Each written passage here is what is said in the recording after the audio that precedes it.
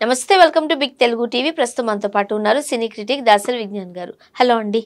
బాలానగర్లో జరిగిన ఘోరం, of course ఇదేం కొత్తదేం కాదు, ఇంతకు ముందు కూడా మనం విన్నాం. డాక్టర్లు అవైలబిలిటీ లేకపోవడం వల్ల నర్సులే డెలివరీలు చేస్తూ ఉంటారు. అలాంటి సంఘటనే. అంటే ఎలా ఫీల్ అవుతారంటే అప్పట్లో మంత్రసానులు డెలివరీలు చేసినట్టు ఫీల్ అవుతున్నారు. బట్ వాళ్ళకన్నా నర్సులు బెటరే ఓ రకంగా చెప్పారండి. కానీ క్రిటికల్ పొజిషన్లో ఉన్నప్పుడు డాక్టర్స్ చేయాల్సిన పని నర్సెస్ చేస్తే జరిగే అనర్థాలు, దట్టు ఇది ప్రైవేట్ హాస్పిటల్ కాదు, గవర్నమెంట్ హాస్పిటల్లో నర్సులు చేయాల్సినంత అవసరం ఏమొచ్చింది? ఇక్కడ నాకు యాక్చువల్గా ఈ కేసులో నాకైతే ఎందుకో నర్స్ తప్పు అనిపించలే. అల్లాడుతూ వచ్చావు, డాక్టర్ లేరు. అప్పటికి ఒక ఉచిత సలహా అయితే ఇచ్చింది, ఇక్కడ డాక్టర్ లేరండి, నీలోఫర్కి తీసుకెళ్ళండి అని. బాలానగర్ నుంచి నీలోఫర్ ఎలా వెళ్తావమ్మా ఆ టైంలో? వీకెండ్.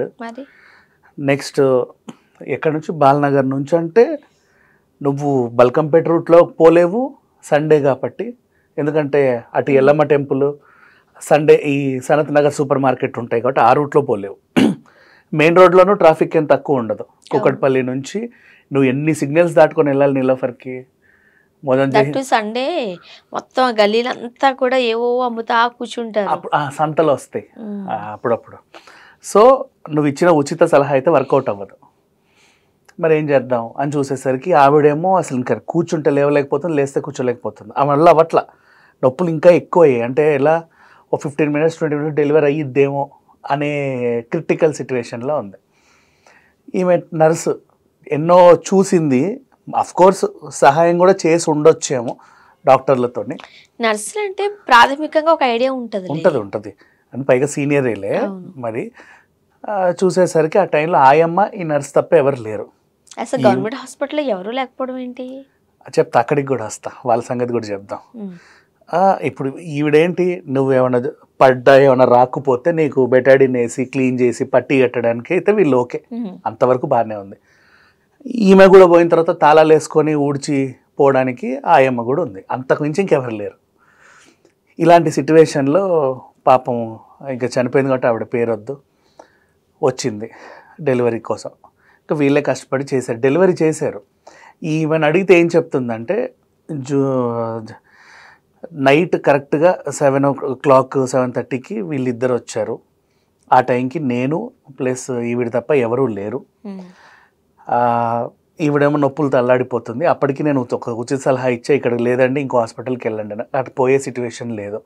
అందుకని చెప్పి హుటాహుటిన అయ్యో నేను ఒక ఆడపిల్లనే కదా, అందుకని ఆవిడ బాధ చూడలేక నాకు తెలిసిన ప్రాసెస్ చేసి ఆ టైంకి నేనే పెద్ద దిక్కులాగా నాకు అనిపించింది. కొద్ది గొప్ప ఆ నాలెడ్జ్ ఉంది నాకే, ఈ అందట్లో ఎవరికి లేదు. లేకపోతే వాళ్ళు ఇంట్లోనే చేసుకుంటారు కదా డెలివరీ, ఇక్కడికి ఎందుకు తెస్తారు? ఉండేసరికి నేను ఆయమ్మని సపోర్ట్ తీసుకొని ఏదో చేశా. బిడ్డను తీసా, మగబిడ్డ జన్మించింది. బిడ్డ కదలట్లా, మగబిడ్డ కదలకపోయేసరికి అప్పటికి అంబులెన్స్లో ఆ పిల్లోని నీలోఫర్కి పంపించాం మేము. తల్లిని ఇక్కడే ఉంచుకున్నాం. ఒక 1 hour అయింది, ఏంటో తల్లి రక్తస్రావంతో తల్లి చనిపోయింది. వెళ్ళే దారిలో ఆ పిల్లోడు చనిపోయాడు. నేను చేసిందా ఏమైనా తప్పు ఉందా చెప్పండి? డెలివరీ చేయడమే నేను చేసిందా నేరమా? ఇన్ కేసు ఒకవేళ వాళ్ళు అంబులెన్స్లో అక్కడికి వెళ్ళినా కూడా దారిలో ఏదైనా అయ్యి ఉండొచ్చు, దానికి నన్ను ఎందుకు బాధ్యత చేస్తారని ఈవిడ చెప్తా. అంటే ఆ టైంకి ఎట్లాంటి సిచ్యువేషన్, ఎమర్జెన్సీ సిచ్యువేషన్. అదే కదా. ఇప్పుడు నేను హాస్పిటల్లో చేసా కాబట్టి మీకు ఇలా అనిపిస్తుంది, కానీ మా ఇంటి దగ్గర ఈ సిచ్యువేషన్ ఉన్నా నేను చేసేదాన్ని, అప్పుడు నన్ను తప్పుపడతారని ఈవిడ అంటుంది. సరే వీళ్ళ వ్యవహారం వదిలేద్దాం, ఒక ఇన్నోసెంట్ ఏదో తెలుసో తెలియకో తప్పు జరిగింది, అఫ్కోర్స్ ప్రాణం పోయింది, ఒప్పుకుంటా. హాస్పిటల్లో డాక్టర్స్ ఎవరు లేరంటమ్మా అని అడిగితే, అంటే వీకెండే కదా నేను తొందరగా వెళ్ళిపోయామంట. లాంగ్ వీకెండ్ వచ్చిందంట, సాటర్డే సండే మండే కూడా హాలిడే అంట, తెలంగాణ ఫార్మేషన్ డే అంట వాళ్ళకి. ఈరోజు కూడా హాలిడే. లాంగ్ వీకెండ్ వచ్చింది కాబట్టి గబగబ సర్దుకొని వెళ్ళిపోయాం అర్జెంటుగా. మరి దగ్గరలో ఉంటే ఇప్పుడు సంగారెడ్డిలోనే ఎన్నో ఉంటే ఇళ్ళకి వెళ్ళాలి, ఈవిడొచ్చింది సంగారెడ్డి నుంచి, లేకపోతే ఇంకెక్కడికో పోవాలి, పబ్బులు గిబ్బులు తిరగాలి, మరి చాలా ఇంపార్టెంట్ పనులు కదా అవన్నీ, ఫ్యామిలీతో ఎంజాయ్ చేయాలి. ఇది సంగతి. ఈ ఆన్సర్ని ఏమనాలి? ఇప్పుడు ఎంత బాధ్యత రాహిత్యం, 2 ప్రాణాలు పోలేదు. ఇప్పుడు మనం మాట్లాడుకుంటున్నాం కదా, ఎవరికి న్యాయం జరగదు తెలుసా దీంట్లో? ఏం జరగదు. అంటే దోషిని ఆ నర్సుని దోషిని చేస్తారు, నువ్వెవరు డెసిషన్ తీసుకోవడానికి అని. ఆ డ్యూటీలో ఉన్న జూనియర్ డాక్టర్లు ఉంటారు కదా, వాళ్ళని సస్పెండ్ చేస్తారు. కొన్ని రోజులు సస్పెండ్లో ఉండండి, తర్వాత ఏదో ఒకటి చేపిద్దామని. ఆ సీనియర్ డాక్టర్ల దగ్గరికి ఎవరు వెళ్ళరు. అసలు ఆ హాస్పిటల్లో మెయిన్ డాక్టర్ ఎవరో వాళ్ళని ఎవరు అడగరు. అసలు మెయిన్ డాక్టర్ ఎవరో తెలుస్తుంది చాలా అసలు మందికి, తెలియదు కూడా బోర్డు మీద తెలియదు. పేరు ఉంటుంది తప్పితే. రారు వాళ్ళు. సో ఇది సిట్యువేషన్. దీంట్లో ఎవరిని తప్పు పడితే ఏం చేస్తాం? ఇప్పుడు తల్లి లేదు, ఆ పిల్లోడు లేడు.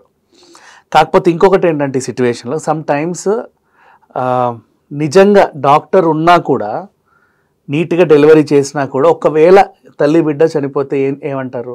ఆ డాక్టర్ సరిగ్గా వైద్యం చేయలేదు అంటారు. అవును. మేబీ మనకు కూడా కొన్ని పర్సనల్ ప్రాబ్లమ్స్ ఉండొచ్చు. ఇప్పుడు సంగారెడ్డి నుంచి నువ్వు ఎన్నో దాటుకొని ఇక్కడ దాకా వచ్చావు. అక్కడ ఇంకా వీళ్ళు సరిగ్గా చేయలేదు అంటే ట్రై చేశారు, బట్ అటెంప్ట్ ఫెయిల్. అలాగా తప్పుని దాటవేయలేం కదా. నిజంగానే డాక్టర్ నాకు నర్సు తప్పు అనిపించలేదు.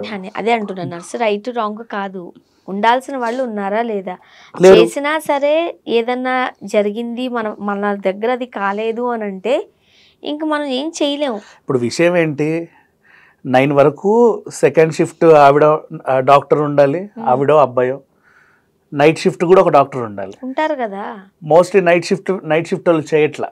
ఇళ్లలో కూర్చొని అటెండెన్స్లు వేసుకొని ఈ నర్సులను వీళ్ళని పెడతాడు. ఎవడో తాగుబోతులో వాళ్ళో వీళ్ళో కొట్లాడుకొని వస్తారు, జస్ట్ అద్దమ్మా బెటాడిన్ డెటాల్ అని చెప్పేసి వెళ్ళిపోతారు. ఇట్లా వస్తారని ఎవరు ఊహించరు. అండ్ నెక్స్ట్ పోనీ వీళ్ళైనా సరే 9 వరకు ఉండి కూడా వెళ్ళొచ్చు, ఎంత లాంగ్ వీకెండ్ అయినా సరే. నువ్వు ఆ సాటర్డే గబగబా ఉండి వెళ్ళొచ్చు ఏంటి, ఉండాలైతే ఉండాలి. ఉండి వెళ్ళ నీ టైం వరకైనా నువ్వు ఉండి వెళ్ళినా కూడా ఉండాలి కదా. అసలు రిలీవర్ రాలేదే మనం బయటికి వెళ్ళకూడదు, 100% వెళ్ళకూడదు. బట్ వీళ్ళకి మెడికల్ అనేది ఎప్పుడు ఏం జరుగుతుందో ఎలా వస్తారో ఎవరికీ తెలీదు. వీళ్ళు ఎలా ఉంటారంటే నా టైం అయిపోయింది ఇంతే, నాకేమైనా ఎక్స్ట్రా ఓటీలు ఇస్తున్నావా నువ్వు, నేను ఎందుకు ఉండాలి? ఆమె తొందర రాకపోతే వాళ్ళని తిట్టండి, నన్ను ఎందుకు అంటారు? ఇక్కడ ఎంప్లాయీస్ కొట్లాడుకుంటారు, కానీ ఆ రిలీవర్కి ఈమెకు ఒక 1 అవర్ లేట్ అవుతుంది. ఆ 1 అవర్లో ఏదైనా ఎమర్జెన్సీ కేసు వచ్చినా వీళ్ళు మాకు సంబంధం లేదంట. మరి సాధారణంగా మన రిలీవర్ రాలేదే వెళ్ళకూడదు, ఎందుకంటే ఏ క్షణానికి ఏం జరుగుతాయో తెలియదు. కొన్ని వ్యవస్థలు అంతే, ఖచ్చితంగా అలా ఉండాల్సిందే మనం. సో యాక్చువల్గా చెప్పాలంటే ఇప్పుడు అదే ప్రైవేట్ హాస్పిటల్లో జరిగితే వెంటనే వెళ్ళి తలాలు వేస్తావు కదా. వేస్తారు మరి ఇప్పుడు దీన్ని ఏం చేయాలి? ఎవరిని అనాలి? నీకు నిజంగా స్ట్రిక్ట్గా ఆరోగ్య శాఖ స్ట్రిక్ట్గా ఉంటే వీళ్ళెందుకు ఇంత ఆషామాషిగా తిరుగుతారు? పైగా తెలంగాణ ఫార్మేషన్ డే అని చెప్పేసి ఈ ప్రభుత్వ హాస్పిటల్స్, ఈ గవర్నమెంట్ అన్ని కార్యాలయాల్లో జెండాలు కట్టుకుంటూ డెకరేషన్లు చేసుకుంటూ ఉంటారు. అది కూడా లేదు కదా సెలబ్రేషన్, హాలిడే ఇచ్చేసి వదిలేసావు. ఇది కనీసము ఈ జెండాలు కట్టడానికైనా వచ్చుంటే ఆ టైంలో ఏదైనా కేసు వచ్చినా చూసేవాళ్ళు కదా వీళ్ళు. అవును. అది ఇప్పుడు వాళ్ళు ఏమంటున్నారు, ఏముంటది పాపం వాళ్ళు నేను నిరాహార దీక్ష చేస్తారు, మాకు న్యాయం చేయాలంటారు. అంతకుమించి ఏమీ చేయరు. తిరిగి వాళ్ళకి ఆస్ట్ వస్తుంది, ఇక్కడ ఏం రెస్పాన్స్ ఉండదు. ఎందుకంటే ఇప్పుడు అక్కడ తర్వాత జరగాల్సిన కార్యక్రమాలు ఉంటాయి, మనం ఆ పెయిన్ లో ఉండిపోతాం. కానీ తల్లి పోయింది, బిడ్డ పోయాడనంటే అలర్ట్ గా ఉండాల్సిన వ్యవస్థలు ఎలా పనిచేస్తుంటే, పైగా వాళ్ళకి ఆ శవం కూడా ఈరోజు ఇవ్వరు. ఇది అనుమానాస్పద మృతి అంటే ఏదో సిచ్యువేషనల్ అయింది కాబట్టి మార్చురీలో పెడతారు వీళ్ళని. పోస్ట్ మార్టం తరలించి మార్చురీలో పెడతారు. మార్చురీలో ఎప్పటికోగా నా శవం వీళ్ళకి ఇస్తారు, వాళ్ళు అప్పుడు ఖననం చేసుకుంటారు. చాలా బాధాకరం. చూద్దాం. Thank you.